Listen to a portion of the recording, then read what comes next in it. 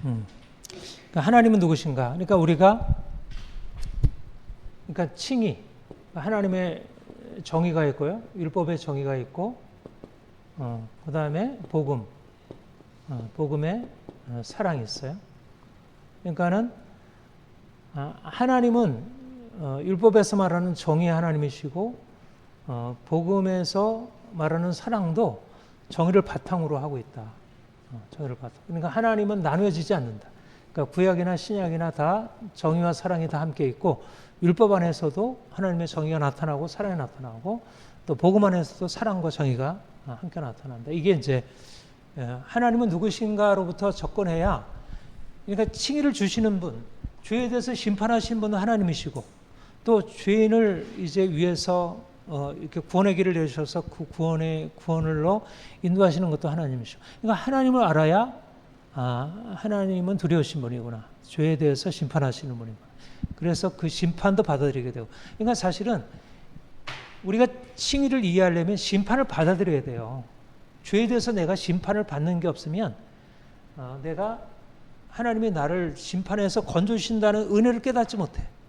내가 이렇게 한 게 내가 잘못해서 하는 것이라는 것을 인정을 해야 거기서 대해서 내가 어떤 긍휼을 베풀어 줄 때 그것이 의미가 있지, 내가 정의를 모르면 사랑도 모르는 거지. 그러니까 오늘날 사람들이 하나님의 정의를 모르니까 하나님의 사랑도 깨닫지 못하지. 그러니까 오늘날 시대가 가지고 있는 문제예요.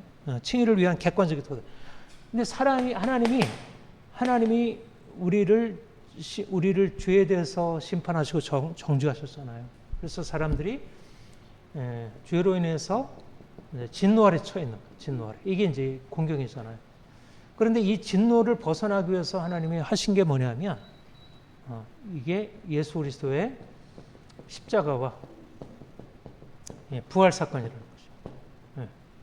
인간이 가지고 있는 이 근본적인 공경, 죄로 인해서 하나님의 진노 아래 있다. 그런데 하나님은 어떻게 사랑을 나타내셨을까?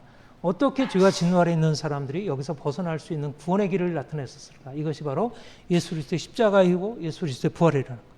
그러니까 우리가 결국 우리의 문제 상황을 알려고 하면 말씀을 알고 이제 하나님이 우리를 판단하시는 것을 받아들여야 하고, 그리고 여기서 벗어날 길을 하려면 하나님이 복음 안에서 말씀하고 있는 예수 그리스도의 사건, 예수 그리스도의 십자가 사건, 그 부활 사건이 우리에게 어떤 것을 맺었는지.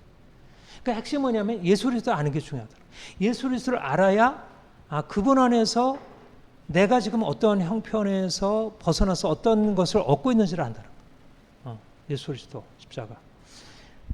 싱의 객관적인 토대는 그리스도의 대속적인 죽음과 부활입니다. 십자가에서 하나님의 정의와 사랑이 나타났어요.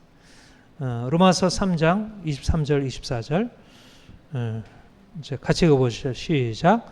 모든 사람이 죄를 범하였음에 하나님의 영광에 이르지 못하더니 그리스도 예수 안에 있는 성령으로 말미암아 하나님의 은혜로 값없이 의롭다 하심을 얻은 자. 예. 어떻게 진노, 정죄, 저주에서 벗어나서 어떻게 하나님의 긍휼과 하나님의 칭의와 하나님의 복으로 나갈 수 있을까? 예수 그리스도의 십자가, 예수 그리스도의 속량으로 말미암아 그렇게 되었다는 거예요. 예수께서 길을 열어놓으셨다는 거예요. 말하자면 죽음에서 나올 수 있는 길을 예수님의 십자가가 열었다는 거예요. 값없이 의롭다 하심을 얻은 자도 아니라 예수 그리스도의 속량으로 말미암아 모든 사람이 하나님의 영광, 죄를 범하였으면 하나님의 영광에 이르지 못하더니 진노 아래 있고 정죄 아래 있고 저주 아래 있고. 그런데 예수 그리스도의 속량으로 말미암아 값없이 의롭다함을 얻었다. 이 구원의 길이 예수 그리스도 십자가 안에서 열렸다. 그런 것이고요. 그 다음에 로마서 8장 1절 같이 읽겠습니다. 시작. 그러므로 이제 그리스도 예수 안에 있는 자에게는 결코 정죄함이 없는. 왜 그래요? 예수 그리스도께서 우리를 위해서 대신 정죄를 받으셨기 때문에, 그가 진노를 받으셨고 그가 정죄를 받으셨기 때문에 예수 그리스도 안에 있으면 다시는 정죄함이 없다는 거예요. 정죄 대신에 칭의가 주어진 거죠. 그 다음에 갈라디아서 3장 13절 시작. 그리스도께서 우리를 위하여 저주를 받은 바 되사 율법의 저주에서 우리를 속량하셨으니 예, 우리가 저주 아래 있었는데 어떻게 저주 아래에서 벗어날 수 있게 되었는가? 예수께서 우리를 위하여 저주를 받은 바 되사 우리가 저주에서 속량받은 바 되었다. 그러니까 사실은 인생의 문제를 어떻게 바라봐야 되냐면 이것만 가지고서 바라보면 아무리 애쓰고 씨름해도 안 된다는 거예요. 근데 이 문제가 지금 어디로 지금 다 가버렸어요? 예수의 십자가로 다 가버렸다는 거예요. 진노와 정죄와 저주가 다 십자가로 지금 다 들어가 버렸다는 거예요. 그러니까 십자가 안에 들어간 사람들은 이 진노와 정죄와 저주에서 벗어나서 자유케 된다는 거예요. 이게 하나님의 구원의 길이라는 거예요. 내가 죄를 지면 하나님의 심판을 받아가지고 정죄하고 저주하고 심판 아래 다 처해 있잖아요. 누구도 예의 없이 왕이든 부자든 뭐 굉장히 세상에서 다 모든 걸 행할 수 있는 사람이라 하더라도 그들은 다 이 심판과 정죄 아래 다 처해 있는 거예요. 그런데 누가 거기서 벗어나나? 예수 그리스도의 십자가 안에서 하나님이 행하신 일, 그것을 주님께서 이미 행하셨고 이제 그것을 믿게 되면 그것을 믿는 사람들은 더 이상 정죄와 저주에서 벗어나게 된다. 베드로전서 1장 18절 19절 같이 읽겠습니다. 시작. 너희가 알거니와 너희 조상이 물려준 헛된 행실에서 대속함을 받은 것은 은이나 금같이 없어질 것으로 된 것이 아니요 오직 흠없고 점없는 어린 양 같은 그리스도의 보배로운 피로 된 것이라. 예, 이스라엘 백성들이 유월절 어린 양의 피로 그들이 구속받아서 그들이 출애굽을 했잖아요. 마찬가지로 우리가 어떻게 저주의 땅에서 벗어나서 하나님이 약속하신 축복으로 옮겨지냐면 어린 양 같은 보배로운 피로 대속되어서 점없고 흠없는 어린 양 같은 보배로운 피로 우리를 이 대속이라는 게 뭐예요? 대속. 여기서 사서 건져냈다는 이 값을 지불했다는 거. 말하자면 내가 죄에 대해서 값을 지불해야 되는데 그 값을 생명으로 지불해야 돼. 생명으로. 근데 우리가 생명으로 지불한다는 것은 죽는 거잖아요. 이게 우리가 지불하는 방법이에요. 근데 이 값을 우리가 지불하는 것을 이제 그리스도께서 그 피로 대신 값을 지불하셨기 때문에 그 피를 받아들이는 사람은 내가 값을 지불했기 때문에 이제는 더 이상 여기 있을 필요가 없는 거죠. 이게 바로 대속의 개념이고 이게 칭이라는 개념. 그러니까 우리가 죽음에서 생명으로 저주에서 축복으로. 그러니까 여러분 생각해 보세요. 내가 인생의 저주 아래 있어요. 그러면 어떻게 해결해야 돼요? 예수님의 피예요. 예수님의 피. 내가 가난과 질병과 모든 저주 아래 있어요. 그러면 예수님의 피예요. 예수님의 피. 예수님의 피. 예수님의 십자가의 은혜가 우리를 저주에서 속량하고 끝끝게 한다는 거예요. 그러니까 삶에서 인생의 문제를 해결하는 아주 중요한 게 뭐냐면 내 인생의 저주, 조상 대대로 내려온 저주라 그랬잖아요. 이건 조상 대대로부터 물려준 헛된 행실에서 이것이 저주를 가져왔어요. 헛된 행실이 우리를 저주를 가져왔어요. 그래가지고 우리가 어려서부터 저주 아래 살아왔고 이제까지도 저주 아래 살아있어요. 이거 어떻게 벗어날 수 있겠어요? 예수님의 피로 여기서 벗어난다는 거예요. 그러니까 이게 인생에 대해서 내가 아무리 생각해도 이거 아무리 씨름해도 아무리 노력해도 사람들이 하는 거 봐도 뭐 이게 해결이 안 보여. 근데 예수님의 피 안에 이게 있네 생각하고 예수님의 피를 의지하고 날마다 예수님의 피로 씻김 받고 그것을 의지하면 실제적으로 그 피의 능력이 우리의 삶을 고쳐준다. 이게 이제 놀라운 일이에요. 이게 이성적으로 이해가 되겠어요? 이성적으로 설명이 될 수 있는 일이 아니잖아요. 이게 무슨 신화 같은 얘기예요. 예수님의 피를 발라가지고 우리가 어떻게 저주에서 벗어날 수 있겠어요? 말이 안 되잖아요. 그러면 이건 말이 돼요? 이스라엘 백성들이 출애굽할 때 유월절 어린 양 피로 문설주에 발랐더니 죽음의 천사가 그것을 지나가서 그들이 죽지 않았어요. 다른 사람 다 죽었는데 이게 말이 되나요? 그것도 말이 안 되는 일이에요. 말이 안 되는 일이 일어난 것처럼 예수님의 피로 말미암아 우리가 저주에서 정죄에서 벗어나서 우리가 자유케 된다는 게 말이 안 되는 일이 일어난다는 거예요. 이게 기적이 일어난다는 거예요. 죽음 가운데 있었던 우리 저주 아래 있던 우리가 더 이상 저주 아래 사는 삶이 가능하게 되는 일이 일어난다는 거예요. 이게 믿음이라는 거예요.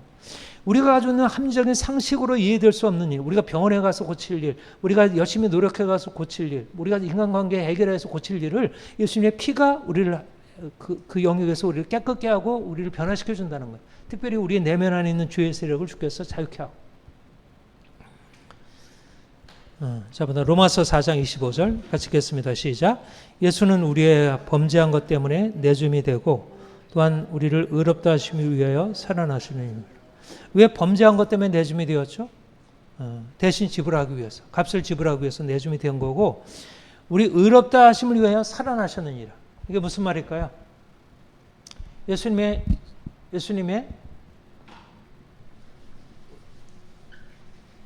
십자가, 부활, 예수님의 십자가만이 아니라 부활도 우리가 정죄에서 벗어나서 칭의를, 진노에서 벗어나서 긍휼을, 저주에서 벗어나서 복을 얻게 되면 우리에게 주어지는 건 뭐냐면 생명의 은혜예요. 생명. 사는 거예요. 이건 죽음이에요. 죽음. 근데 이 죽음에서 벗어나서 삶을 얻을 때 이 생명은 어떤 생명이냐면 예수 그리스도의 부활 생명이라는 거예요. 우리의 의롭다함을 위하여 주께서 살아나셨다는, 무슨 말이에요? 우리가 의롭다함을 얻게 되면 예수님의 부활 생명이 우리에게 주어져서 우리가 그 부활 생명으로 산다는 거예요. 여러분, 그러면 내가 다시 죽어요? 다시 안 죽는 거야. 안 죽는 거예요. 다시 내가 저주 아래 들어가요? 다시 저주 아래 안 들어가요. 그러니까 엄청난 것이 사실 우리의 삶의 조전을. 이게 말하자면 예수님이 십자가와 부활로 이루신. 그러니까 우리는 예수님이 십자가에 죽으신 것과 그가 다시 부활하신 것을 날마다 묵상하고 그 십자가 부활에 감춰져 있는 놀라운 그 은혜를 우리가 끌어다가 써야지. 우리의 삶에서 써야죠. 자, 그 다음에 로마서 5장 17절 같이 읽겠습니다. 시작. 한 사람의 범죄로 말미암아 사망이 그 한 사람을 통하여 왕노릇하였은즉 더욱 은혜와 의의 선물을 넘치게 받은 자들은 그 한 분 예수를 통하여 생명 안에서 왕노릇하리라. 범죄로 말미암아 사망이, 이 아담에 속해 있었던 사람들, 육에 속해 있는 사람들이 가지고 있는 모든 형편들이에요. 범죄로 말미암아 사망이 왕노릇하였는데 이제 예수 그리스도 안에서 우리에게 일어나는 일이 뭐냐면 생명 안에서 왕노릇, 의의 선물.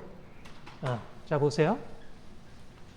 예수 그리스도 안에서 여기서 벗어나는 것이 의의 선물을 넘치게 받은 자들이 생명 안에서 왕노릇하리라. 지금 현재 칭의를 누리고 장차 왕노릇하리라. 영원한 생명으로 왕노릇하리라. 그러니까 이미 새로운 생명이 시작이 되었는데 의로 말미암아 주어진 이 생명이 계속적으로 더 증가되고 확장되고 더 강화되어서 우리의 삶에 엄청난 십자가 부활의 능력이 우리의 삶의 능력으로 나타나게 될 것을 말씀하고 있습니다. 에베소 2장 5절 같이 읽겠습니다. 시작.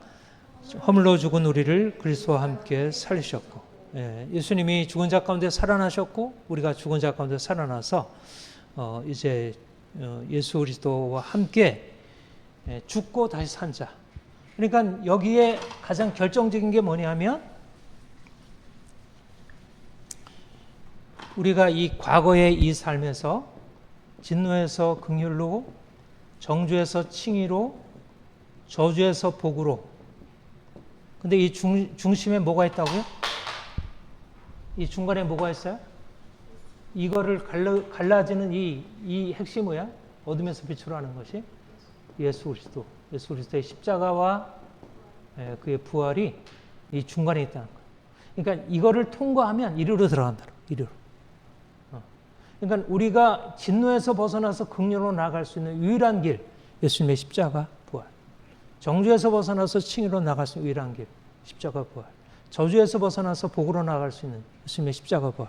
죽음에서 벗어나서 생명으로 나아갈 수 있는 길, 예수님의 십자가 부활. 그러니까 날마다 예수님의 십자가 부활이 우리의 삶에 들어와서 그 능력을 나타내는 것. 이게 객관적인 거예요. 객관적인.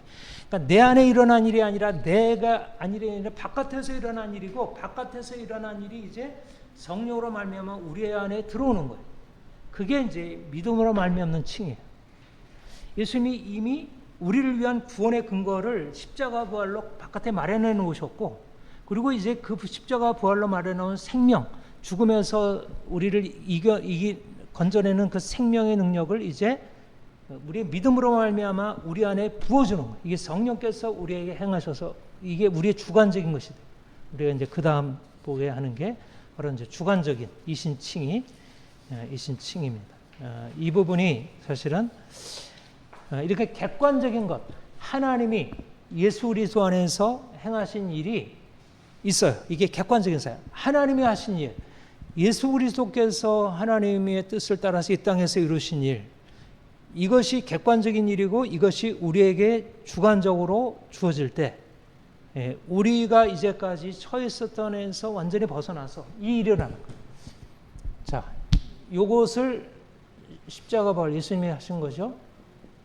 요거를 이 하늘의 것이 이 땅에 부어지는 게 바로 이 믿음으로 이게 이제 우리 안에 실제가 되는 것이.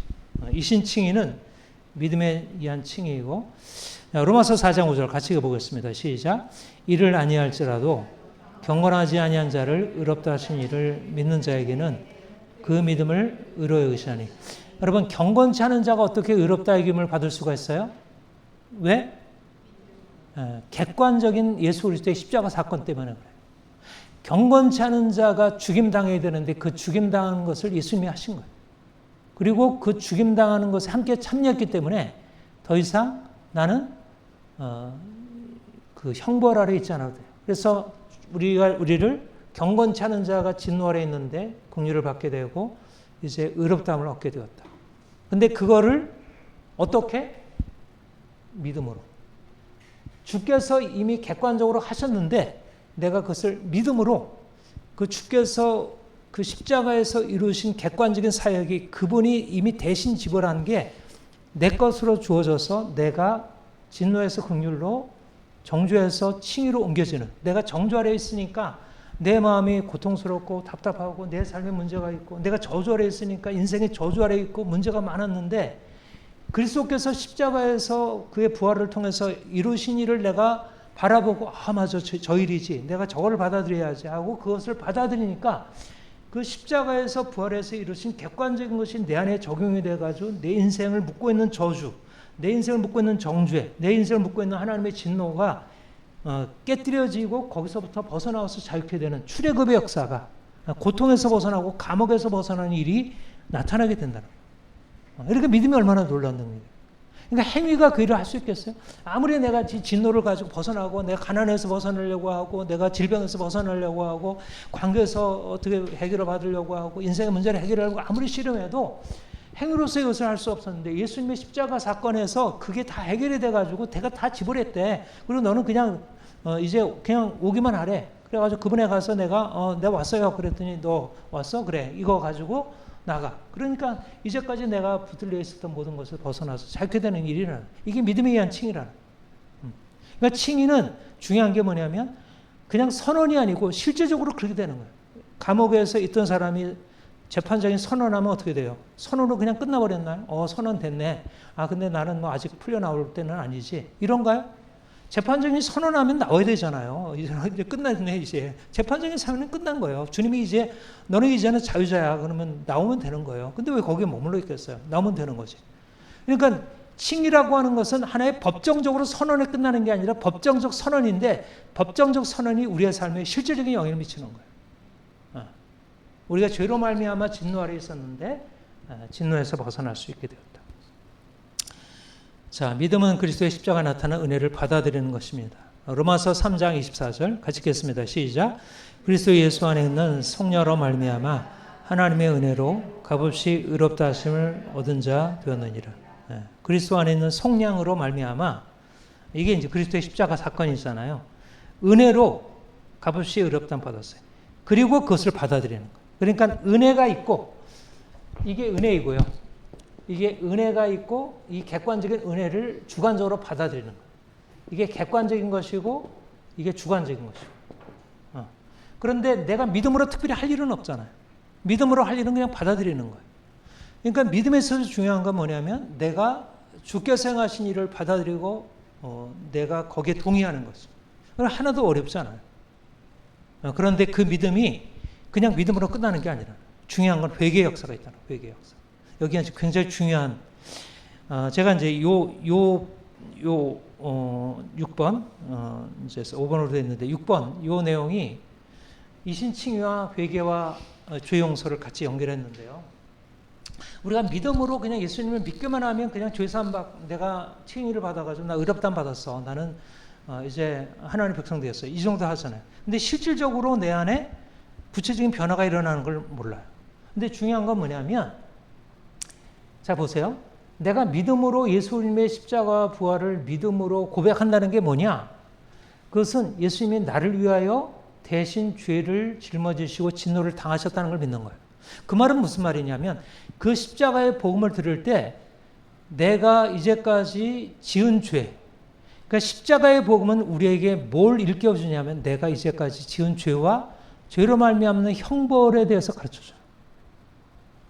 그래서 나로 하여금 내가 주님의 십자가를 바라보지 않을 때는 그 죄를 내가 담당을 해야 되니까 내가 그 죄를 직면할 수 없잖아요. 그러니까 거기서 벗어날 수가 없어요. 그러니까 자꾸 숨기게 되고 나도 보지 않으려고 하죠. 근데 주님의 은혜가 우리에게 와서 이미 십자가에서 다 담당하셨다고 하니까 내가 이제는 죄를 해결할 수 있는 길이 생긴 거예요. 그래서 내가 죄를 고백하고 내 죄에 대해서 주님이 흘리신 피로 나를 씻어주기를 요구하는 거죠. 이게 회개라 그래요. 그러니까 회개라는 것은 사실상 율법이 하는 일이 아니라 성령께서 우리에게 오셔서 주의 십자가의 은혜를 의지함으로 내 죄를 고백하고 내가 죄를 고백하면 그 십자가의 피로 나를 씻어줄 것을 가지고 나가는 거지. 여러분 생각해 보세요. 죄를 지은 사람이 짐승의 피를 가지고 제사장 앞에 나가요. 근데 짐승의 피를 가지고 제사장 앞에 나간다는 건 뭐냐면 회개한다는 거잖아요. 내 지은 잘못에 대해서 내가 값을 지불하기 위해서 왔습니다. 그러나 이 값을 내가 대신 짐승의 피로 이제 하기를 원합니다. 이제 이게 말하자면 회개잖아요.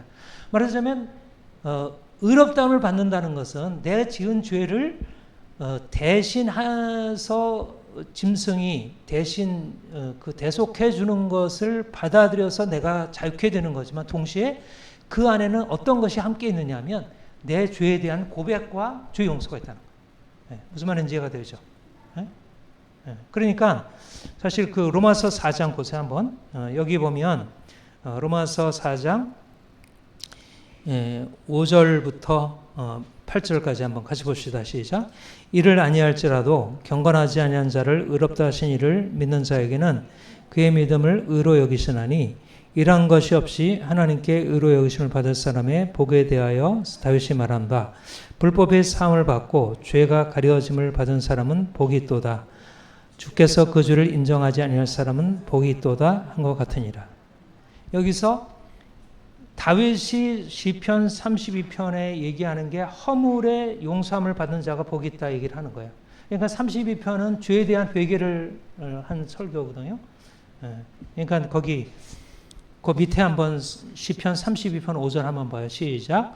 내가 이르기를 내 허물을 여호와께 자복하리라 하고 주께 내 죄를 아뢰고 내 죄를 숨기지 아니했더니 곧 주께서 내 죄악을 사하셨나이다.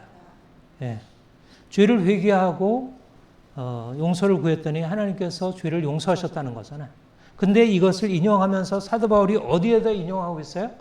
경건지 않은 자의 의롭다함을 칭의라고 이걸 얘기했다는 거예요. 그러니까 칭의와 제사함이 하나라는 거예요. 칭의와 제사함. 죄를 회개하고 용서함을 받았어요. 믿음으로 말미암아 칭의를 받았어요. 이거는 내가 예수님의 십자가 사건을 바라보는 것이고 이거는 예수님의 십자가 사건에 의해서 나의 죄를 하나님께 고백하는 것이고 연결이 되세요? 내가 예수님의 십자가를 믿는다는 것은 내 죄를 위하여 흘리신 피를 믿는다는 것이고 그래서 내 죄가 주님의 십자가에서 처리가 되었다는 걸 믿는 거고 내 죄를 고백하고 주님 나를 용서해 주세요. 그러면 그 십자가의 피로 나를 깨끗하게 씻으시고 나를 자유케 하신다. 이게 죄 용서의 경험. 그러니까 사실은 믿음으로 말미암아 의롭다는 것은 실제적으로 내가 믿음으로 의롭다함을 받으면 내가 그동안 처해 있었던 저주의 상태에서 벗어나는 그 경험이기도 하고 그리고 내가 믿음으로 의롭다함을 받는다는 것은 내 죄를 고백하고 내가 주께 나의 죄를 자복했더니 슬퍼하며 자복했더니 주께서 나를 용서하셔서 내가 자유케 되는 경험이기도 하고 그러니까 실제적인 경험이죠. 그러니까 믿음으로 의롭다함 받는 것은 추상적인 교리가 아니고 그냥 예수를 믿으면 그냥 우리의 신분이 그냥 의롭다 인정하셔 이런 게 아니고 실제적으로 내 삶이 그동안에 처했었던 저주에서 벗어나서 자유케 되는 것이고, 내가 죄 가운데서 살고 있다가 내 죄에 대해서 누이치고 하나님께 나아갔더니 그 죄를 씻어주시면 실질적으로 죄에 대해서 하나님이 용서하시는 것을 경험하고, 야, 이제까지 내가 이렇게 죄인으로 살았구나. 그런데 주님이 나를 위해서 흘리신 피로 내가 씻음 받아서 이제 자유케 되었다. 이런 변화를 경험한다는 거예요. 그러니까 칭의라고 하는 것은 사실상 그런 면에서 직접적으로 우리가 지은 죄와 씨름하고 다루는 거예요. 칭의라는 것은. 우리가 칭의라는 것을 너무 교리적으로 생각해서 그냥 예수 믿으면 그냥 의롭다 하셔. 이런 개념으로 말하니까 실제적으로 내 삶에서 나를 장악하고 있는 죄의 세력이 어떻게 나를 장악하고 있는지도 모르고 그로 인한 어떤 문제를 알지 못하니까 예수 믿어서 의롭다함 받았는데 실제적으로 그 나를 고통스럽게 만들었던 그 죄와의 어떻든 문제 해결의 것을 하지 않은 거예요. 그냥 추상적인 믿음으로 말미암는 칭의라고 하는 것을 붙들고 있지, 실제적인 우리의 삶에 있어서 이 죄의 문제에 대해서 회개하고 용서받는 경험이 없는 거예요. 이신칭의라고 하는 것은 죄에 대한 회개이고 용서다. 따라 보세요. 이신칭의는 죄의 회개와 죄의 용서다. 이게 핵심이에요. 이게 아주 중요합니다. 오늘날 사실은 이거를 놓치고 있어요. 많은 경우에. 사람들이 신앙생활, 믿음으로 하면 의롭다함만 받는다는 것을 추상적인 관념으로 가지고 있지, 실제적인 자신의 죄를 고백하고 죄 용서받는 경험으로 제대로 하지 않고 있다는 거예요. 이것은 예수님 처음 믿을 때부터 시작해서 평생 계속되는 거예요. 그러니까 이것은 일종의 칭의 경험이 평생 계속되는 것이라 할 수 있어요. 자, 보세요. 사도행전 2장 37절 같이 읽겠습니다. 시작. 형제들아 우리가 어찌할꼬 하더니 베드로가 이르되 너희가 회개하여 각각 예수 그리스도의 이름으로 세를 받고 죄 사함을 받으라. 그리하면 성령을 선물로 받으리라. 성령께서 이제 사도 바울을 통해서 예수 그리스도의 십자가 부활을 선포했더니 많은 사람들의 성령이 임하니까 자신의 죄를 깨닫고 어찌할꼬 했더니 베드로가 회개하여 죄 사함을 받으라. 성령을 선물로 받으리라. 자, 요한일서 1장 9절 같이 읽겠습니다. 시작. 만일 우리가 우리 죄를 자백하면 그는 미쁘시고 의로우사 우리 죄를 사하시며 우리를 모든 불의에서 깨끗하게 하실 것이요. 예. 우리의 죄를 사하시고 우리를 모든 불의에서 깨끗게 하신다. 이게 칭의 경험이에요. 칭의 경험. 그러니까 우리가 예수의 십자가로 인해서 구원받고 의롭다함 받았다는 것은 뭐를 직접적으로 다루게 되냐면 죄 아래에 처해 있는 우리의 진노와 저주와 정죄의 상태에서 우리를 자유롭게 하는 거예요. 근데 그것은 믿음으로 말미암는 일이기도 하지만 우리의 죄에 대한 고백, 죄의 회개와 고백이 있어야 한다. 그것이 우리를 죄의 멍에로부터 하나님의 진노로부터 자유케 하는 일을 해요. 여러분 회개라는 것의 가치에 대해서 많이 생각하지 못했죠. 저도 많이 설교를 하지 않았는데 회개와 죄 용서가 너무너무 중요합니다. 사실은 종교개혁에서 이제 종교개혁을 일으킬 때 카톨릭의 회개에 대해서 좀 비판적으로 했고 또 그것이 타당하긴 하지만 그렇다고 해서 회개라는 것이 의미 없는 게 아니거든요. 회개라는 것이 믿음이 회개를 대신해서는 안 되고요. 믿음이 회개와 연결되었을 때 이게 주관적이 돼요. 주체적으로. 사실 인생의 문제는 죄의 문제거든요. 그리고 죄로 인해서 죄의 심판의 문제예요. 이게 율법이 우리에게 가져온 핵심이에요. 근데 이 율법의 문제를 다뤄줘야 하는 복음이 율법을 다뤄주지 않는 거예요. 율법에서 지금 처해 있는 문제 상황에 대해서 처리를 하지 않고 그냥 막연히 예수님의 십자가라는 추상적인 것으로 고백을 하니까 실제적으로 죄가 다뤄지지 않고 죄로 말미암는 하나님의 심판과 정죄가 벗어나지 않는 거예요. 그러니까 죄를 회개해야 되는 거예요. 죄를 회개해야 되는. 여러분 구약을 보면 하나님이 심판하시고 그들이 심판 앞에 심판을 통해서 하나님 앞에 죄를 회개하고 고백하고 하나님이 용서하시고 그들을 자유케 하는 일을 많이 보잖아요.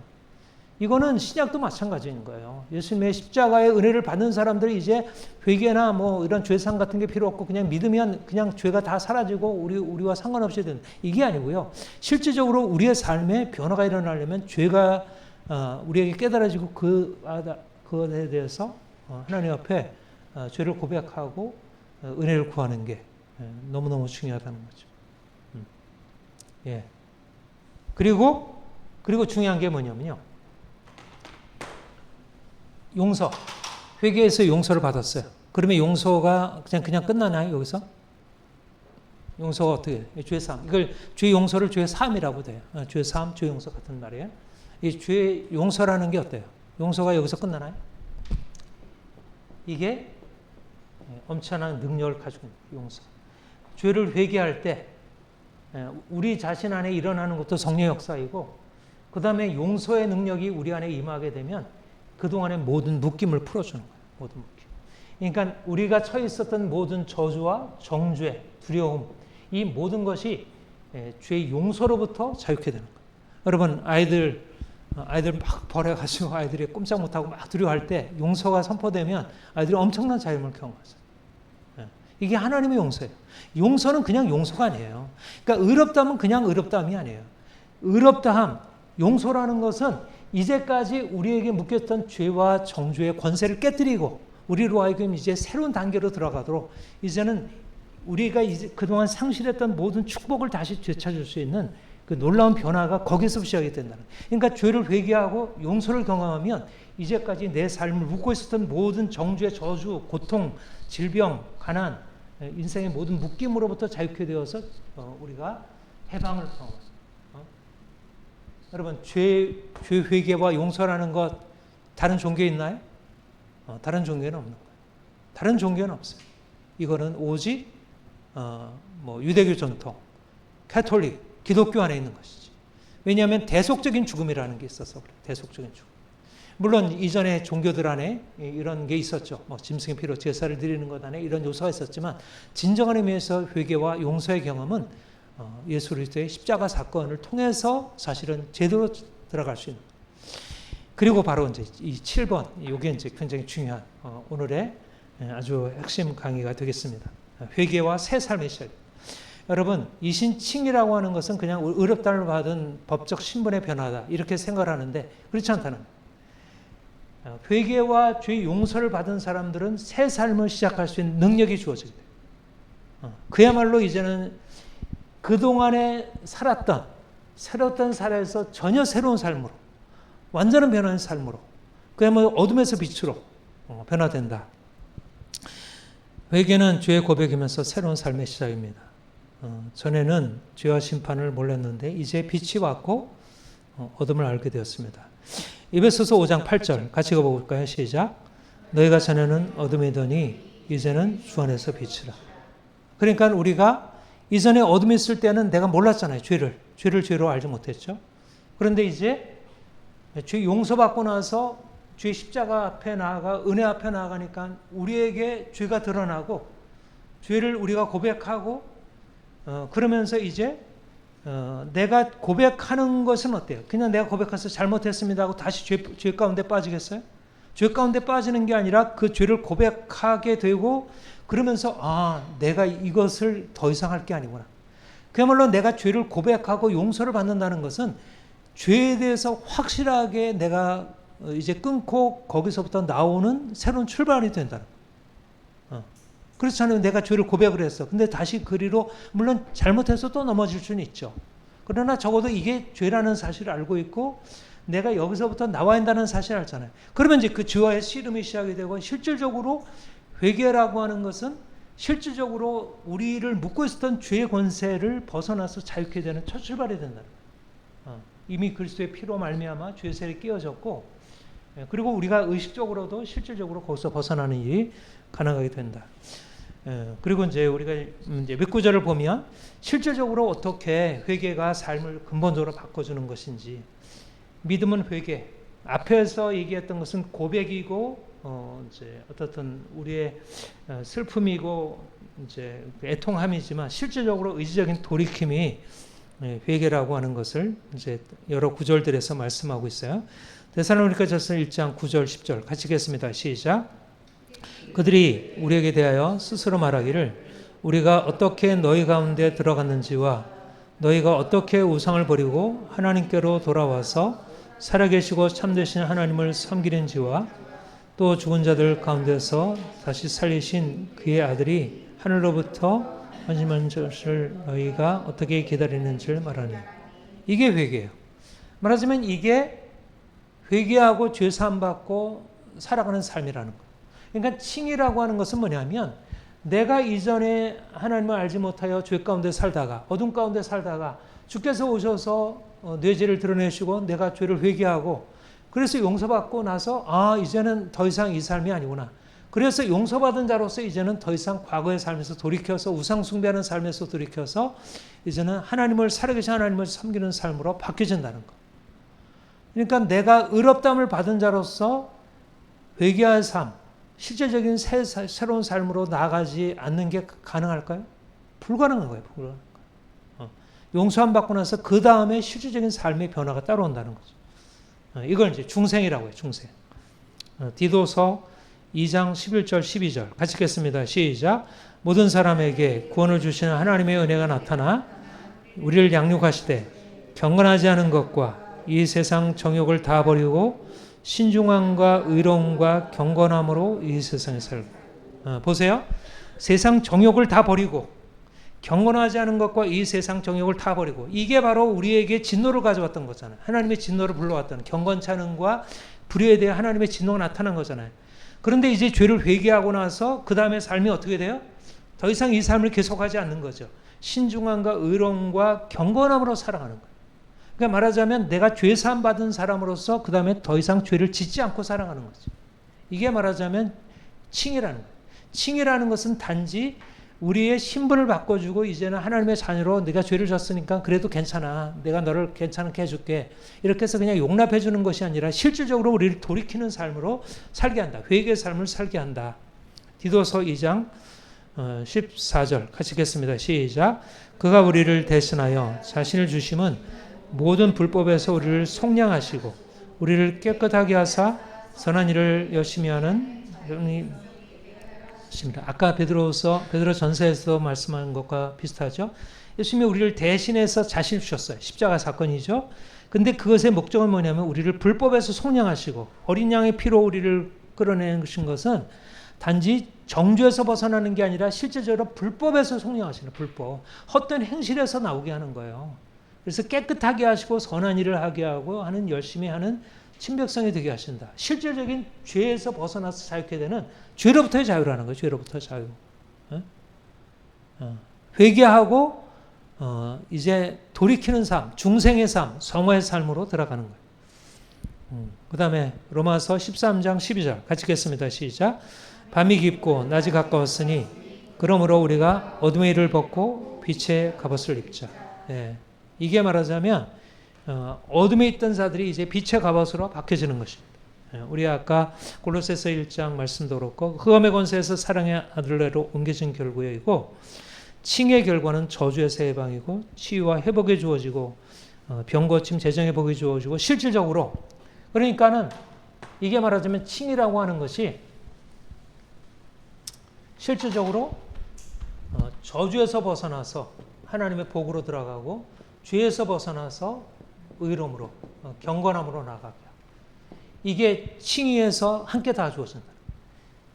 우리는 보통 칭의하면 하나님의 자녀로서 내가 용서받아서 이제 하늘나라 갈 수 있는 자유를 얻게 되었다 이렇게 생각하는데 칭의라는 것은 현재적으로 우리의 삶에 나타날 하나님의 능력의 사실은 이 땅에서 구원이 시작이 돼요. 이 땅에서 우리의 병든 것이 치유되고 우리의 가난한 것 치유되고 우리의 마음이 치유되고 실제적으로 우리가 죄의 묶임에서 벗어나고 그러니까 아담이 죄로 말미암아 묶여 있었던 죄의 권세, 사망의 권세에서 벗어나서 자유케 되는 일이 예수님의 십자가와 부활을 믿는 자들에게 당장 시작이에요.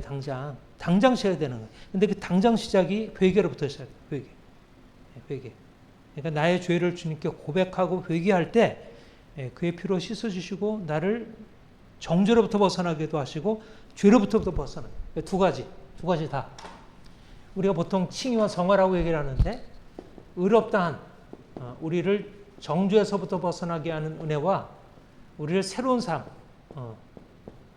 거룩한 삶으로 나아가게 하는 이 중생의 은혜가 예수님을 처음 믿을 때, 믿고 고백할 때, 내가 믿음에 의해서 의롭다함을 받는다고 할 때 이게 함께 주어지는 거예요. 함께. 저는 이걸 함께 연결해야 한다.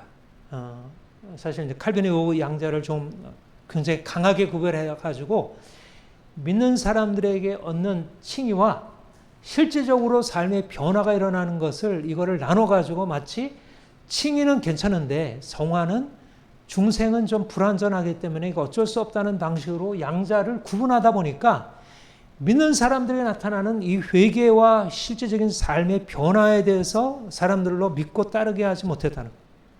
그러니까 칭의를 받았는데 삶의 변화가 없어. 그건 말이 안 된다는 거예요. 의롭다를 받았다는 것은 죄 용서를 받았다는 것인데 회개하고 죄 용서를 받았다는 건데 또다시 그 죄 가운데 들어가겠어요? 다윗이 뭐 밧세바와 이제 그 간음하고 그러고 나서 회개하고 용서했어요. 그러고 나서 또 그 죄 짓겠어요? 그렇지 않죠. 진정한 죄의 용서를 받았습니다. 그러니까 더군다나 아직 예수님이 오시기 전이었는데 이제 예수님 피로 구속받은 사람들이 어떻게 또다시 이전의 죄로 들어가겠어요? 죄로 들어갈 수 없는 거지. 그러니까 내가 믿음으로 하면 용서받았다는 것은 실질적으로 죄에서 벗어나서 자유케 되고 죄에 대해서 죽은 자로 산다는 거예요. 실질적으로. 옛 옷을 벗어버리고 새 사람으로 산다는 거예요. 우리 저기 했듯이. 자, 그 다음에 복음과 율법.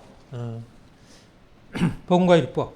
그래서 칭의의 복음. 우리가 죄 사함 받고 이제 용서받은 자가 율법으로 들어가게.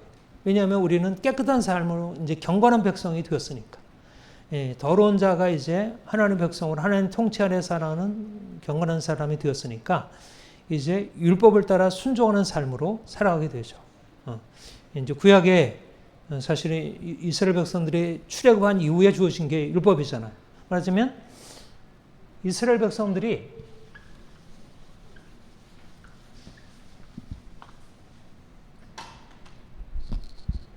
출애굽 이게 칭이에요. 그 다음에 율법이 수여됐어요. 시내산에서. 율법이. 근데 율법이 뭐를 얘기를 하고 있죠? 율법은 죄를 지으면 죽음이고 의를 행하면 생명이라는 걸 말해주고 있어요. 그러니까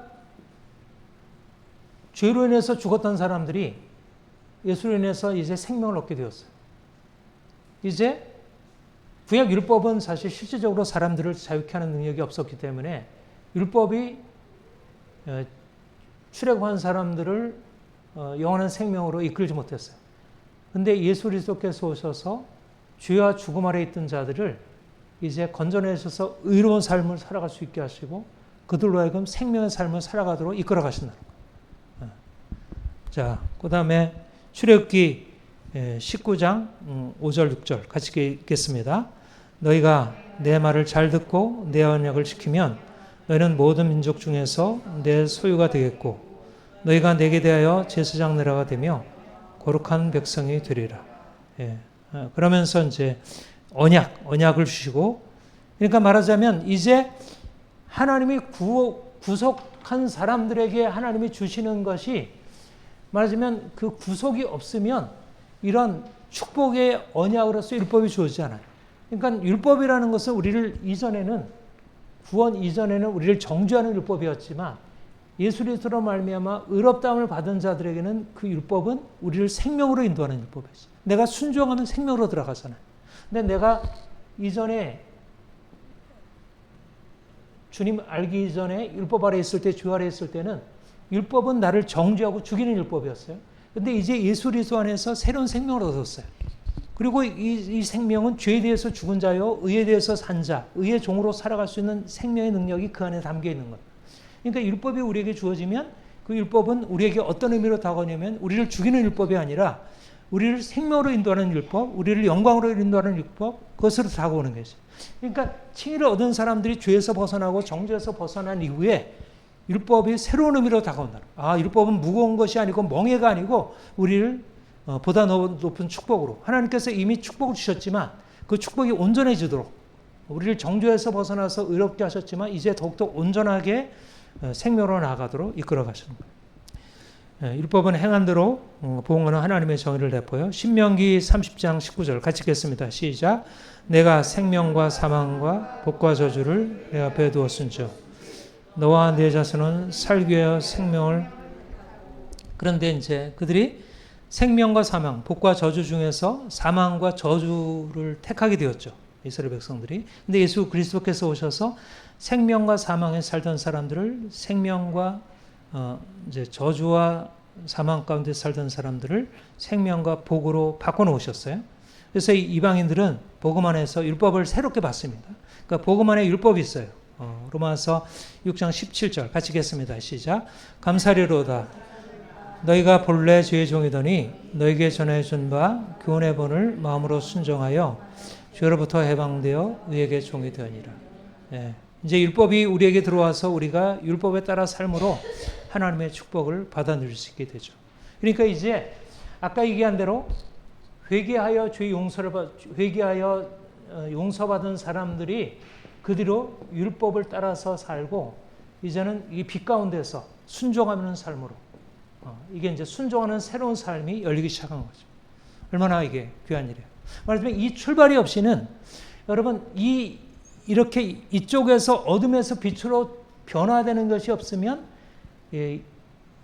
하나님이 우리에게 약속하신 축복으로 나아갈 수 있는 너희가 이것을 행하면 살리라고 하는 율법에서의 약속, 긍정적인 약속이 우리의 것이 될 수 없는 율법이 그리스도의 십자가를 통과하지 않은 사람은 죽음과 사망에 이르게 하는 것이고 그리스도의 죽음과 생명을 통과한 사람들은 율법이 우리를 생명과 영광으로 인도하는 것이고 그러니까 율법의 의미가 달라지는 거예요. 율법의 의미가. 그러니까 그리스도인에게 있어서는 하나님의 말씀에 순종하는 것이 전혀 다른 의미를 갖게 되죠. 칭의와 성화. 칭의는 구원의 시작이고 성화는 구원의 핵심입니다. 칭의를 얻었기 때문에 성화를 할 수 있는 거예요. 거룩한 삶으로 살아갈 수 있어요. 내가 거룩하니 너희도 거룩하라 그렇게 말씀하셨죠. 칭의는 죽은 자 가운데서 산 자의 정체성이고 그러니까 하나님이 행하신 거예요. 은혜가 우리에게 이룬 일이에요. 우리가 전혀 거기에 한 일이 없어요. 그리고 성화는 정체성에 부합한 삶의 방향이에요. 그러니까 칭의가 있고 중생이 있어서 칭의가 있고 중생이 있기 때문에 그 다음에 성화라고 하는 이제 우리의 삶의 성장과 변화로 더 나아갈 수 있는 힘이 생기는 거예요. 요 전제가 말하자면 요 새로운 이게 하나님이 하신 일이고 이게 그리스도 안에서 하신 일이고 우리가 그리스도를 바라보게 되면 우리가 실제적으로 우리의 삶에 일어나는 이 성화가 이게 힘을 받는다는 거예요. 그러니까 이게 중요하다는 거죠. 요 전제가. 회개하여 주 용서받은 자가 지속해서 거룩한 삶으로 나아갑니다. 에베소서 5장 8절 9절 같이 읽죠. 시작. 너희가 전에는 어둠이더니 이제는 주 안에서 빛이라. 빛의 자녀들처럼 행하라. 너희가 주 안에 어둠이더니 빛이라. 이게 칭이에요. 어둠이더니 빛이라. 이걸 옮겨놓은 거예요. 어둠에서 빛으로 죄 용서 받은 거예요. 회개함으로 어둠의 흑암의 권세에서 빛의 나라로 옮겨졌어요.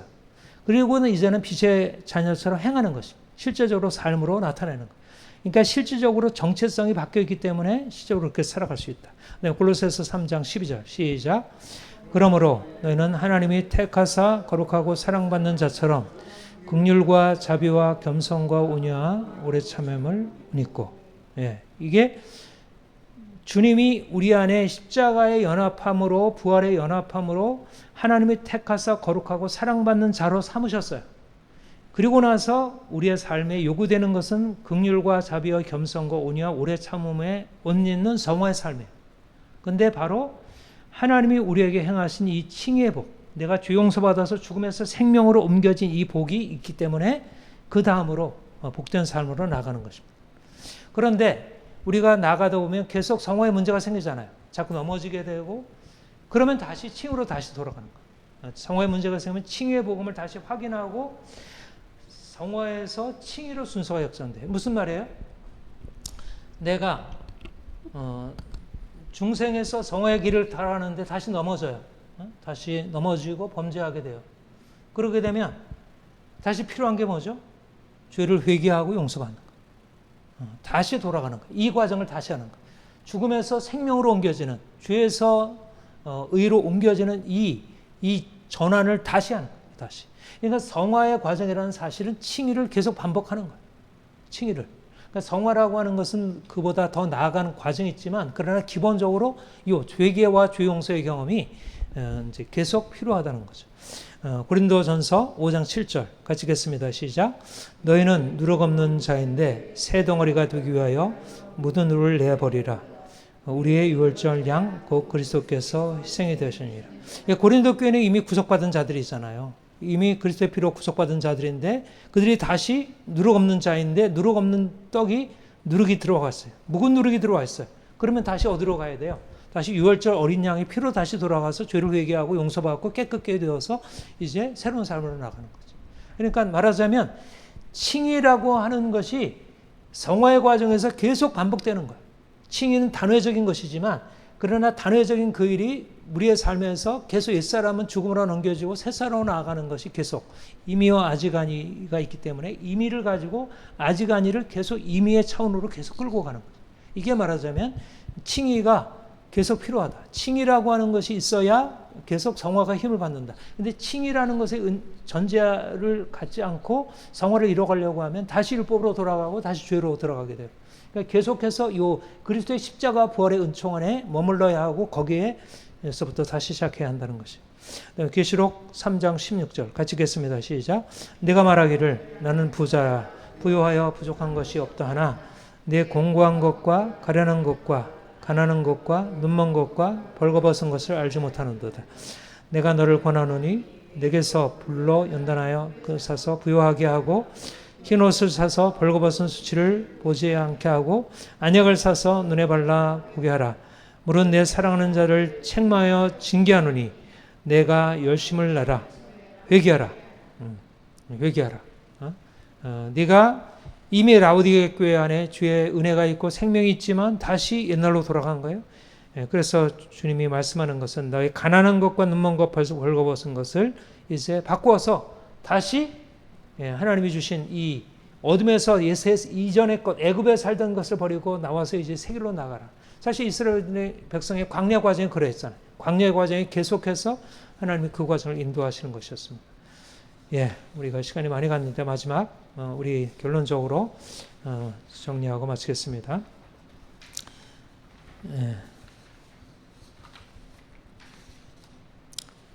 자, 핵심 정리, 오늘 강의를 정리하겠습니다.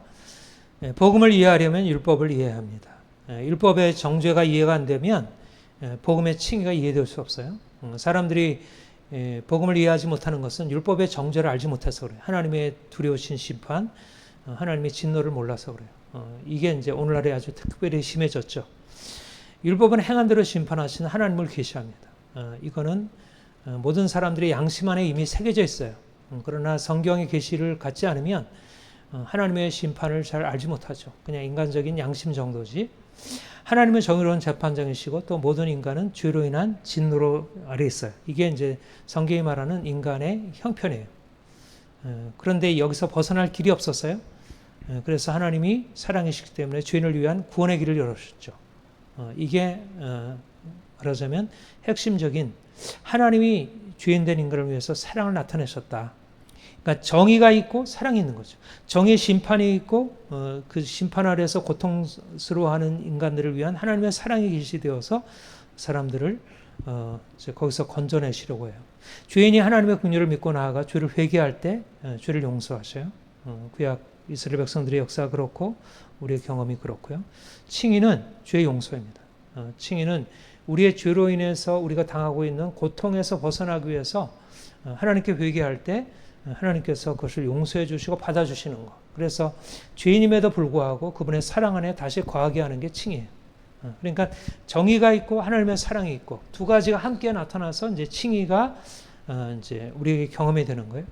그리고 이제 중요한 사실이 죄 용서의 객관적인 근거가 그리스도의 대속적인 죽음이라는 사실이에요.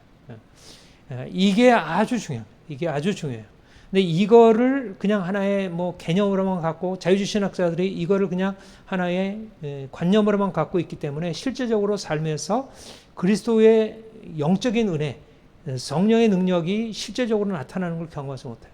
대부분의 믿는 사람들이 객관적인 대속적인 죽음에 대해서 그리고 부활의 은혜에 대해서 알고 있지 못하고 그것을 적용하지 못해요. 십자가에서 하나님의 정의와 사랑이 충족되었습니다. 그러니까 십자가를 바라보면 하나님이 얼마나 두려운 심판자인지도 알게 되고 얼마나 놀라운 사랑인지도 알게 돼요. 칭의는 회개의 결과이고 회개는 새 삶의 시작이에요. 오늘 강의의 굉장히 중요한 새로운 부분이라고 그랬죠. 칭의는 회개다.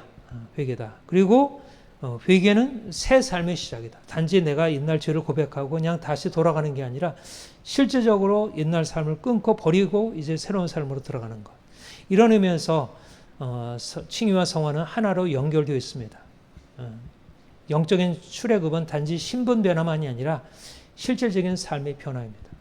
출애굽 사건에서도 그것이 나타났지만 특별히 우리 그리스도인들에게서는 단지 신분의 변화는 있고 실질적인 삶의 변화가 없는 것은 그거는 제대로 된 것이 아닙니다. 이 부분에서 사실 우리 캐톨릭도 그렇고 개신교도 그렇고 실질적인 삶의 변화가 없는 것에 대해서 내가 믿음으로 말하면 의롭다함 받아서 나는 천국 갈 거야. 이런 생각은 굉장히 많은 오해가 있는 생각이에요. 따라서 칭의의 구원은 출애굽 이스라엘이 하듯이 율법으로 인도합니다. 율법을 따라서 사는 삶을 인도하죠. 칭의는 정체성이고 성화는 정체성에 합당한 삶입니다. 정체성에 합당하지 않은 삶이 나타날 때 다시 칭의의 전환으로 그러자면 다시 정죄에서 칭의로 죄에서 의로 일어나는 그 근본적인 전환으로 나가야 하고 이게 회개예요. 그러니까 회개는 처음에 시작이 되었고 계속 평생 우리가 그 처음에 토대로 다시 돌아가서 거기서부터 시작하는 거예요. 이게 말하자면 삶의 능력으로 나타나요. 엄청난 어떤 변화의 능력으로 나타나죠. 칭의를 얻은 자로서 저주의 세력에 대항하여 죽은 자 가운데서 산 자의 정체성을 계속 주장할 필요가 있어요. 그러니까 우리는 이 땅에 죽은 자로 살 사람들이 아니고 저주 아래 살 사람들이 아니고 우리의 삶에 하나님의 생명이 능력으로 나타날 것을 우리가 기대하고 그것을 선포하고 주장해야 합니다. 칭의에 대한 오해들 시간이 많이 가서 그냥 간단하게 읽어가겠습니다. 칭의는 믿음으로 얻는 것이어서 행위와 상관없다. 그렇지 않다는 거예요. 칭의는 죄 용서이고 죄 용서는 죄에 대한 회개를 전제합니다. 그러니까 믿음으로 얻는 것이어서 행위와 상관없다는 의로운 행위는 아니지만 죄에 대한 회개를 전제하죠. 그리고 회개에 없는 용서는 없어요. 그러니까 회개라는 것은 이미 행위와 연관되어 있는 거예요. 행위와 무관한 칭의는 없어요. 행위와 연관되어 있는 슬퍼하는 것, 바리새인 죄리처럼 회개하고 하는 이런 행위와 대한 씨름이 있는 거예요. 칭의는. 칭의는 실질적인 변화가 아니라 법적인 신분 변화다. 이게 이제 우리 개신교, 우리 칼빈주의 교리에 들어와 있는 생각인데 법정적 개념이지 신분 변화이지 실질적인 변화는 성화이기 때문에 아니다. 이걸 분리시켜 놓으면 나는 법적으로 신분을 얻었으니까 나는 괜찮아. 이런 오해가 생겨요. 칭의는 실질적으로 어둠에서 빛으로 옮기는 것입니다. 죄에 대한 애통함과 미움이 없을 수 없고 죄로부터의 자유를 내포하는 것입니다. 칭의 안에는 중생이 들어있어요. 중생이. 저는 이 부분에 있어서 사실 칼빈과 좀 생각을 달리합니다. 칼빈은 너무 칭의와 성화를 이렇게 구분시켜 놔가지고 중생은 성화에 연결되어 있고 칭의는 그냥 법적인 변화로 하나님 우리를 받아주시는 것으로. 그리고 성화는 불완전하다고 얘기를 하니까 결국 사람들이 예수를 믿고 나서 변화가 안 되는 것에 대해서 나는 괜찮아 라는 자기 위안으로 빠지는 거예요.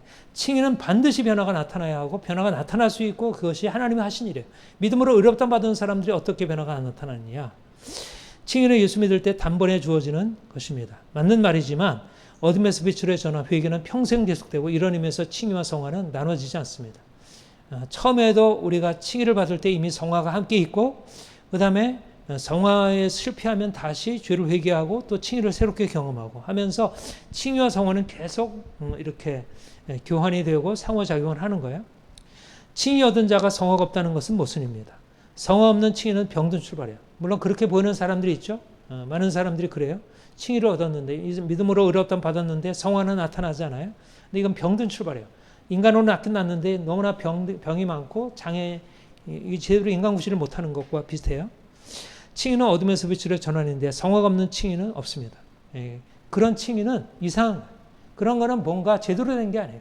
복음에 대해서 제대로 깨닫지 못하고 잘못된 여러 오류를 가지고 있는 마치 카톨릭의 교리들처럼 잘못된 교리들을 가지고 있어서 성화가 안 나타나는 거예요. 칭의가 있으면 반드시 성화가 나타나게 되어 있고 이게 하나님의 뜻이고 성경은 그렇게 말을 하고 있습니다. 성화가 안 이루어지는 것은 칭의의 기초소가 없어요. 그러니까 칭의의 기초라는 건 뭐예요? 칭의의 기초라는 것은 예수 그리스도에 기초하는 것이고 그리고 은혜에 기초하는 것이고 믿음에 기초하는 거거든요. 예수 그리스도, 은혜, 믿음 이 기초가 확실해야 이 변화로 들어갈 수 있어요. 예수 그리스도, 은혜, 믿음 이것이 아니면 이 변화로 나갈 수 없습니다. 믿고 난 후에 변화가 없는 사람도 구원받은 사람입니다. 뒤에라도 철저한 회개의 용서를 경험해요. 맞는 얘기예요. 변화가 없은 사람도 구원받은 사람이라 할 수 있지만 그러나 뒤에 철저한 회개와 용서를 나중에라도 경험해야 돼요. 회개 용서 없고 근본적인 전환이 없는 신자는 위험한 거예요. 뭔가 문제가 있는 거지 그거를 하나의 가능한 것으로 본다는 것은 마치 민주주의 사회에서 온갖 자유를 다 빼앗고 나서 우리도 법치이고 민주주의라는 얘기와 똑같은 거예요. 민주주의면 민주주의에 합당한 것이 있어야 하잖아요. 내가 예수 믿어서 그렇다 받았는데 어떻게 중생의 삶의 증거들이 어떻게 있을 수 있겠어요? 지속적으로 변화가 나타나야 되죠. 예, 한 5분만 우리 질문하고 하시다. 예. 이제 죄인들이 거듭나지 않은 회심하지 않은 죄인이 이제 죄책과 어떤 수치에 물려 있다고 전제를 말씀하셨는데 예. 실제로 거듭나지 않은 자연인을 상대로 보면은 자신이 죄를 지는 것에 대해서 전혀 그렇죠. 세계관 자체가 변하지 않기 때문에 죄책감을 안 느끼고 못 느끼고 그냥 성경에 나와 있는 내용과 달리 살아도 그렇죠. 죄책감이 없죠. 특별히 오늘날 같은 경우는 더 그렇죠. 오늘날은 원죄 율법이 사라졌으니까. 근데 죄의 저주 아래 있다는 그 죄책이 그러니까 죄의 저주 아래 있는데 저주 아래 있다는 걸 알지 못하는 거지. 자기가 심각한 저주 아래 있는데도 저주 아래 있다는 걸 알지 못하는. 그래서 율법이 필요하다는 거예요. 그래서 율법이 선포되어야 하고 죄 아래 있는 자들은 모두 다 저주 아래 있다. 이것을 강하게 선포해야 하죠. 그러니까 교회가 율법을 선포해야 돼. 이게 종교개혁이 생각했던 거예요. 그걸 루터가 얘기했고 칼빈이 얘기했고. 그러니까 그들은 엄청난 복음의 칭의를 얘기했지만 율법의 저주를 아주 강하게 선포했어요. 그러니까 그게 안 일어나면 시작도 안 되는 거예요. 그러니까 칭의로 나가려면 복음의 칭의로 나가려면 율법의 저주가 얼마나 두려운지를 알고 그 저주의 죽음을 대신하신 그리스도의 십자가의 은혜가 너무나 놀랍게 부각이 되는 거예요. 그러니까 오늘날 율법의 저주라는 것을 폐해버렸기 때문에 모든 자유주의 신학자들이 그렇고 그러니까 그리스도의 대속적인 죽음도 없고 지옥도 없고 그렇게 되는 거죠. 그러니까 지옥도 있고 그리고 저주의 십자가도 있고 예수 그리스도의 나를 위한 십자가도 의미가 있고 그런데 율법이 사라지면 예수님의 십자가의 구원도 의미가 없고 지옥도 의미가 없고 오늘날 율법이 폐기된 게 문제예요. 율법이 폐기된 게 복음을 폐기하고 있고 그리고 삶의 전체를 다 죄 가운데로 몰고 가고 이게 사단의 전략이죠. 두 개만 더 여쭤보는데 하나는 갈라디아서 3장 3절에 보면 너희가 성경으로 시작하였다가 이제는 율법으로 마치겠느냐라는 말씀이 나와요. 네. 그 맥락은 여기서 이제 그 복음과 율법에서 의의 종이 된다는 그 맥락이랑은 다른 거죠.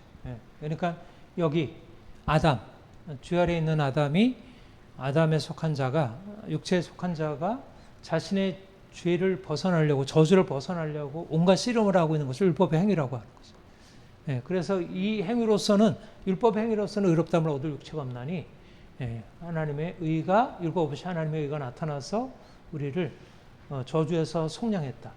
그러니까 율법의 행위는 여기서 씨름하고 있는 거예요. 여기를 통과하지 않고. 그러니까 복음을 통과해야 되는데 자기가 여러 가지 율법의 저주에 대해서 아무리 씨름을 해도 이거는 해결이 없는 거죠. 네, 한 가지 더. 여기 칭의에 대한 오해에서 성화 없는 칭의는 병들 출발이다. 여기 회개는 평생 계속되고 회개는 평생 계속되고 이 말에서 이제 그럼 이 말이 칭의는 한 번에 주어지는 거잖아요. 네. 근데 회개가 평생 계속된다는 게 그 회개와 그러니까 칭의와 성화가 나누어지지 않는다는 말인데 그럼 칭의를 계속해서 회개로서 평생 성화 과정 속에서 칭의를 계속해서 이제 납부와 일종의 칭의에서의 경험이 성화 과정에서 반복이 된다는 거죠. 왜냐하면 이제 옛사람에서 새사람으로 옮기는 게 칭의거든요. 그러니까 저주에서 하나님의 축복으로 또 죄에서 의로 바뀌어지는 게 칭의 경험이에요. 그러니까 처음에 출발이죠. 태어나는 것이고 죽고 다시 태어나는 거죠. 근데 죽고 다시 태어나는 죽음과 생명의 처음에 연합해서 이미 일어난 거예요. 내가 죽고 주님 안에서 다시 태어난 게. 그래서 그게 나타나는 게 말하자면 여러 이제 삶의 변화들이에요. 그런데 성화라고 하는 것은 내가 옛사람이 죽었지만 여전히 옛사람으로 남아있는 모습이 나타나는 거거든요. 그러니까 옛사람이 드러났을 때 하나님이 그것을 깨뜨리시고 내가 그걸 드러내면 내가 또 죄를 졌구나 하나님께 회개하고 그때는 이제 그걸 우리가 성화라고 하죠. 성화라고 하는데 실제적으로 내가 죄를 고백하고 용서받는 것은 내가 처음에 죄 가운데 살다가 하나님께 하나님 나 죄 용서해 주세요라고 칭의를 얻는 경험과 유사한 경험이라는 거예요. 그러니까 성화에 실패했을 때 죄를 짓게 되면 다시 하나님 나 좀 용서해 주세요. 십자가 앞에 나아가서 내 용서를 받는 것이 처음에 칭의 경험과 유사한 칭의 경험이라는 거예요. 그런 의미로 죄 용서의 경험이죠. 근데 그거를 우리가 칭의라고 하지는 않고 그걸 우리가 성화의 과정에 포함되어 있다고 보는 거죠. 회개가 평생 계속된다는 게 칭의가 계속된다는 말로 바뀔 수도 있잖아요. 예. 그러면 유보적 칭의로 볼 수도 있지 않나요? 아니 그런 개념이 아니라 그러니까 유보적 칭의라는 것도 우리가 임의와 아직 아니거든. 이게 임의요. 이건 임의지만 우리의 의롭다함을 얻는 것이 실제적으로 우리의 삶에 다 의롭게 된 건 아니잖아요. 여전히 우리의 죄가 남아 있고, 그러니까 죄가 남아 있으니까 죄가 드러나게 되면 또 하나님의 심판을 받게 되고, 그러면 하나님 나 좀 용서해 주세요. 하나님 앞에 나아가서 손들고, 그러면 하나님이 그래 내가 너를 용서해 줄게. 그러면 거기서 정죄 아래 있다가 다시 그러니까 정죄 아래 여기서 정죄 아래 나왔으면 죄를 지면 또 다시 정죄 아래 들어가는 거예요. 징계를 받게 되고. 그러니까는 정죄 아래 들어갔을 때 하나님께 다 하나님 용서를 구하면 하나님이 죄를 사하시고. 그러니까 다윗 같은 경우 그렇잖아요. 다윗 같은 경우가 어떻게 보면 이미 그는 칭의를 받은 사람인데 죄를 짓고 하나님께 용서를 구하니까 하나님께서 용서하신 거잖아요. 근데 그거를 사도 바울이 칭의로에도 인용을 한 거예요. 시편 30편을 칭의로 인용한 거예요. 그러니까 말하자면 성도의 경험이 처음 예수를 믿을 때 내가 죄를 회개하고 칭의를 받는 거나 또 예수를 믿은 이후에 이제 여러 가지 하나님께서 드러내시든 아니면 또 하나님이 우리에게 이제 그런 깨닫게 하시든 이렇게 해가지고 우리가 죄가 드러나서 이제 회개하고 용서받는 것은 그 의미가 여기서는 새로 태어나는 것이고 이것은 태어난 사람이 더 성장하는 개념이긴 하지만 그러나 아무튼 그것 다 이제 칭의와 같은 의미를 가지고 있다는 거죠. 그러니까 이 죽음에서 생명으로 죄에서 자유케 되는 그런 과정이 처음에도 있고 계속되어지고 있다. 그런 의미로 이제 일종의 칭의라는 게 처음에만 있는 게 아니라 죄의 회개와 용서라고 생각하면 성화의 과정 안에도 죄의 회개와 용서는 계속 있으니까 그런 개념으로 칭의가 이제 계속되어진다. 그렇게 말할 수 있다는 거죠. 예. 지금 이제 칭의를 죄 회개라고 했잖아요. 예. 그러니까는 이제 성경대로 말하는 게 우리가 죄 용서, 칭의를 죄 용서. 저기 뭐야 그 하나님께 회개를 나아가야 되는데 그러면 칭의 이꼴 죄 용서, 죄 사함 이렇게 하니까 회개해야 된다 그러면 다시 또 칭의가 반복되냐 하는데 처음에 칭의는 우리가 옛사람에서 새사람으로 넘어가는 칭의. 그렇죠. 예. 그 태어남이죠. 중생이라 그랬죠. 그렇죠. 과정에서 또다시 회개해야 한다는 거는 새 사람의 입장에서 우리가 아직 몸을 입고 있으니까 계속 뭔가 저기 완전히 우리가 영화를 되지 않았으니까 또다시 범죄를 했을 때의 그 회개는 성화의 과정에서 좀 더 온전한 모습으로 그렇죠. 가르치는 회개니까 예. 그 회개는 칭의라고 하지는 않아요. 그거는 이제 그러니까 칭의에 있어서의 회개와 성화에 있어서 회개를 좀 구분할 필요는 있죠. 만약 그렇게 구분한다면, 근데 이제 내가 왜 칭의로 다시 돌아가야 한다고 했냐면 처음에 우리가 예수를 믿고 정죄에서 이제 벗어나는 그 기제와 같은 기제가 작동되기 때문에 처음 것이 그러니까 처음의 회개와 용서와 나중에 회개와 용서가 별개는 아니라는 거예요. 물론 그 이미 여기에는 완전한 죽음에서 생명으로 옮기는 것이고 이거는 이미 산자가 그 죽음과 생명이 이제 반복이 되는 거니까 의미는 다르긴 하죠. 예. 그 칭의의 부분을 온전히 붙들지 않고도 많은 그 사역들을 하잖아요. 예. 예수님의 이름으로. 예. 근데 자녀들도 하나님 잘 알지 못하지만 부모를 통해 하나님의 뜻을 알고 그냥 행동을 바꾸는 훈련을 하는 거잖아요. 근데 중심이 안 바뀌었기 때문에 사실 사역도 열매가 없기도 하고 자녀들도 그냥 행위를 계속 훈련받는 거지 진짜 이 순종과 복음을 붙들고 훈련을 받고 있는 게 아니잖아요. 예. 이게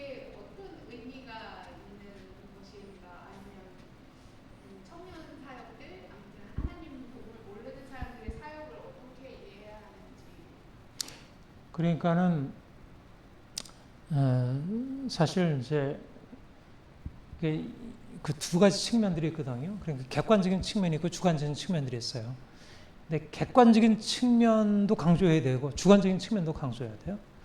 그러니까 사실은 어떻게 생각하면 캐톨릭은 이제 뭐 죄를 회개하고 용서받고 또 다시 그러니까 내 주관적인 면에서 내 자신에 대해 검토하고 하니까 어떤 면에서 변화가 있는 것 같기도 하고 또 개신교는 은혜 안에서 나가서 주님 바라보니까 십자가의 은혜 뭐 그렇게 해가지고 이제 그걸 보면서 내 삶의 변화로 나가는 게 있고 근데 양자 객관적으로 예수님의 십자가와 부활해서 이루신 일이 어떻게 놀라운지를 계시적으로 깨닫고 그걸 믿음으로 붙들고 그 십자가 부활에 대해서 지속적으로 묵상하고 그것을 마음에 적용하는 그것도 필요하고 또 실제적으로 내 삶에 있는 실제적인 문제들이 많잖아요. 거짓말하고 욕심부리고 싸우고 염려하고 하는 실제적인 문제. 근데 그거를 우리 그 개혁파 같은 경우에도 그냥 그거를 그냥 씨름하긴 하는데 정작 그것이 실제적으로 변화가 되어서 새롭게 삶을 살게 되리라고 하는 기대가 없는 거예요. 그러니까 기대 없이 그냥 씨름만 하니까 사실 객관적인 은혜와 주관적인 변화가 이게 연결이 안 돼 있는 거죠. 그러니까 분명히 주님의 객관적인 십자가 부활의 은혜, 그 진리, 객관적인 진리의 사실들을 확실하게 믿고 근데 그것을 믿는다는 게 내 실제적인 삶에 일어날 변화에 대해서 기대하고 계속 적용을 해가지고 그거를 경험하는 게 중요하지 않을까. 사실 이거 뭐 어린아이든 뭐 청년들이든 어린이들은 뭐 동일하게 다 적용되는 개념이고. 그래서 내가 이제 오늘 사실 강의의 굉장히 중요한 중심은 우리가 믿음으로 의롭다를 받는다는 게 하나님의 은혜다. 우리가 하나님의 은혜를 그냥 믿음으로 수동적으로 받는 거지. 우리가 특별히 뭐 할 것 없고 어떻게 할 수 없어. 우리는 그냥 받기만 하면 돼. 주님이 하신 일을 믿기만 하면 돼. 그런데 단지 믿기만 하는 문제가 아니라 실제적으로 내가 주관적으로 내 죄를 회개하고 내가 돌이켜서 내 새로운 삶으로 나아가는 그 주체적인 노력. 근데 그것에 하나님의 은혜가 있다는 거예요. 그러니까 객관적인 하나님의 역사와 주관적으로 내 삶에 일어나는 변화를 연결하는 게 중요하다. 저는 이제 칭의의 복음 오늘 얘기하는 그 초점을 특별히 성화적인 의미가 이미 중생 안에 칭의 안에 이미 들어있다. 근데 예수를 믿어서 의롭다함 받았는데 이게 성화와 그냥 별개가 되어 있으니까 실제적으로 다 이거는 났는데 나는 의롭다함 받은 자라는 생각은 있는데 내 삶이 변화되리라고 하는 것에 대해서 기대가 없는 것. 이게 문제라는 생각을 하게 되고요. 네. 오늘 강의에서 네. 그 칭의의 복음은 율법으로 인도한다는 이 말씀이 그동안에 이제 좀 이건 뭐지 했던 게 예수님이 율법의 마침을 완성해야 그랬잖아요. 그런데 이제 사도 바울은 그 당시 율법에 그 유대인들이 묶여 있으니까 율법이 아니다라고 하면서 마치 우리가 볼 때 율법을 폐기인 것처럼 네. 그런 표현들이 많아가지고 예수님의 이 말씀은 폐기가 1.1의 변화가 없다고 그랬는데 뭔가 이제 그런 생각이 늘 이제 있었는데 오늘 이 표현을 보면서 정말 복음은 율법과 긴밀하게 연결되어 있고 또 이 율법이 우리의 사실 성화 과정에 그 아주 구체적인 그런 내용일 텐데 이렇게 복음하고 율법이 연결되니까 우리가 그리스도인으로서 온전히 살아가는 그 바탕이 되는 그 율법에 대해서 되게 확신으로 그동안 좀 이거 뭐지라고 했는데 좀 분명해지고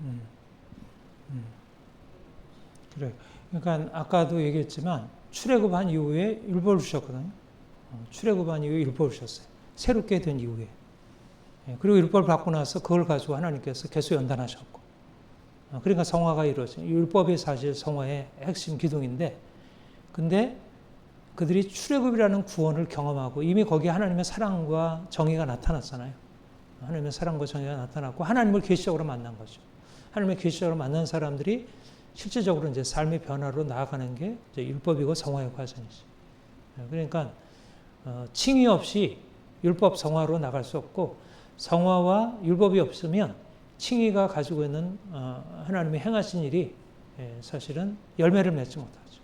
그러니까 우리 개신교가 칭의의 경험을 성화 율법으로 연결하지 못한 게 문제이고, 칭의를 회개와 용서로 경험하지 못하니까 성화 율법도 회개와 용서의 경험, 은혜가 이끌어가는 그런 회개와 용서의 경험으로 나가지 못하니까 이게 힘든 율법주의로 다시 떨어지게 됩니다. 칭의를 저 회계를 강조를 했잖아요. 그러니까 이게 만약에 율법이 별 의미가 없다라고 했을 때는 회계라는 개념이 그렇지. 사실 우리에게 그렇죠. 그러니까 이미 칭의 단계부터 율법이 강하게 역사하고 있는 거예요. 그러니까 아까도 얘기했지만 사람들이 칭의 은혜 안으로 들어가지 못하는 게 죄를 깨닫지 못하는 거거든요.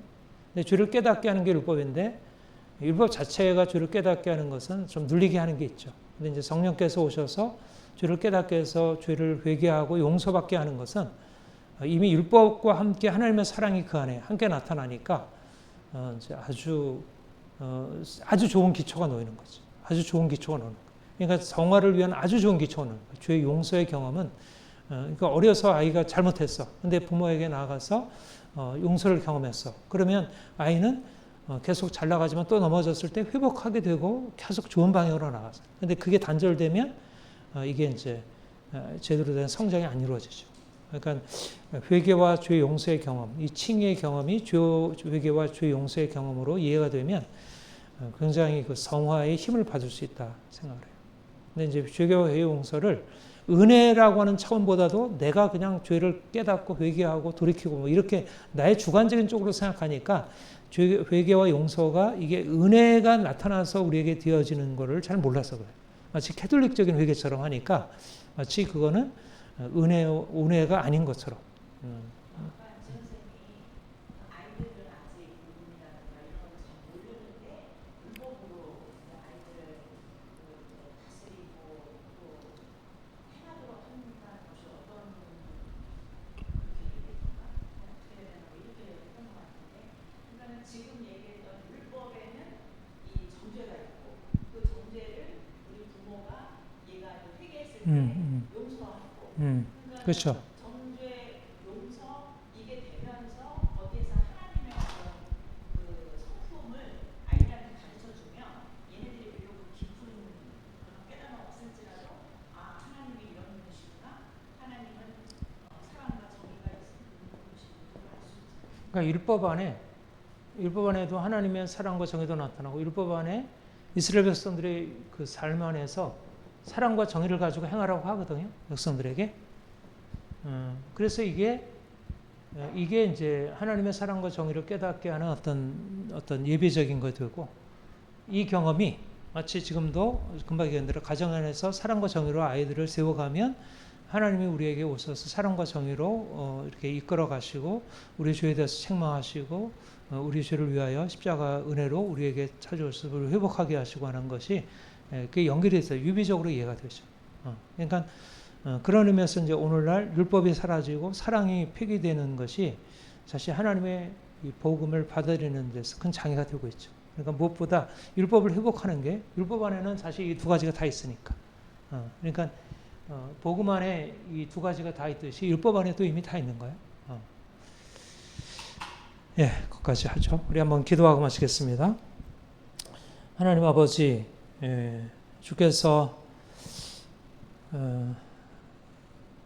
이제 복음과 율법, 예수 그리스도의 십자가의 은혜, 또 부활의 놀라운 능력이 우리의 삶에 나타나는 이 복음 안에 나타난 이 놀라운 하나님의 의의 아주 실제가 우리에게 보다 선명하게 떠오르기를 원합니다. 그래서 우리가 이제 복음 안에 나타난 이 하나님의 행하신 일들을 믿음으로 받아들일 때 실질적으로 이것이 십자가의 능력, 부활의 능력이 우리의 삶에 역사되고 우리를 묶고 있는 모든 저주, 모든 사망의 권세, 이 모든 것들이 깨지고, 그래서 우리의 삶에 정말 놀라운 치유, 변화, 자유케 된 놀라운 변화가 나타날 수 있도록 우리의 철저히 지난 날의 삶을 회개하고 이제는 돌이켜 결단하고 주께서 우리에게 명하시는 새로운 삶으로 나아가도록 역사하여 주옵소서.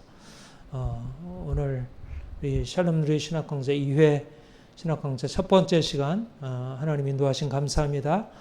계속 되어지는 강좌를 통해서 주의 진리의 빛이 나타나게 하시고 우리가 이것을 가지고 우리의 삶에 적용해서 우리의 삶의 변화를 경험하고 사람들을 이 진리로 이끌게 하옵소서. 감사합니다. 예수님의 이름으로 기도합니다. 아멘. 감사합니다.